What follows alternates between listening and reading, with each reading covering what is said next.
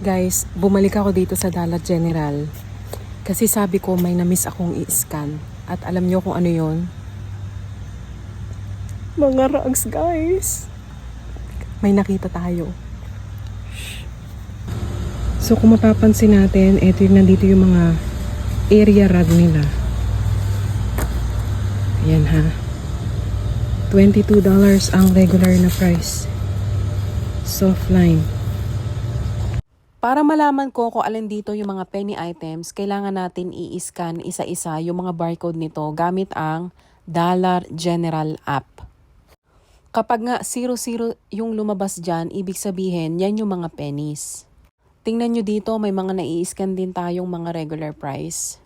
Inisa-isa ko yung mga carpet dito at 5 ang nakita natin na penny na. Mabuti na lang talaga, binalikan ko to. Sayang talaga. Sa mga nagtatanong kung ano ang penny, ganito para mas madali nyong maintindihan. Okay? Ang $1 ay katumbas ng 100 pennies. Ang $1.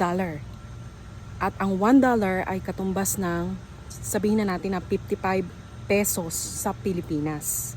Marami pa rin nakaka-interpret na yung mga kinukuha ko na penny dito ay sale. Actually, hindi po siya sale. Yung mga penny dito is kailangan nilang i-pull out kasi hindi na dapat siya binibenta. For some reason, yung iba malapit na ma-expired, yung iba expired na. At yung iba need nilang isend sa kung saan nila dapat isend. Need nilang i-dispose or whatever, or kailangan i-reset yung prices. Pero ang policy ng mga penny items, kapag nakita ni customer na nasa loob ng store, pwede niyang bilhin.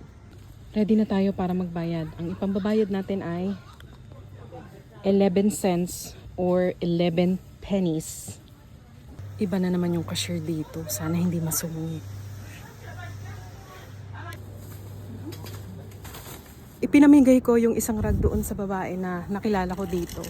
Nasa parking lot. Sabi ko, gusto mo ng rugs? Sabi niya, bakit mo sinasabi yan? Sabi ko, kasi nakuha ko siya ng pennies. So, ipinamigay ko yung isa. Marami naman to o diba? Saya-saya. Hindi siya makapaniwala na nakuha ko to ng pennies. So, eto na yung resibo natin. Lahat ng binayaran natin ngayon ay nasa 12 cents. 1 cents lang yung taxes. Kanina, nung nagbabayad na ako, si ate cashier, parang tinatandaan niya yung mga barcode ng rugs at saka nung dog food na nakita ko.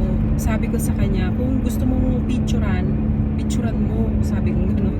Sabi niya, hindi, okay lang. Pero English kami nag-uusap pa. Sabi niya, hindi, okay lang. Tinatandaan niya kasi ang trabaho ng employee, tanggalin yung mga penny items. Kaso wala na siyang makikita doon. Naubos ko na. Ay, ang saya. Ito nga pala yung kasama ng mga rugs na binili natin. Ito ay dog food siya. So kung ito ang regular price nito, nasa around $2. Ito yung barcode niya. Ang expiration niya ay February 2026 pa. Good morning, Pilipinas!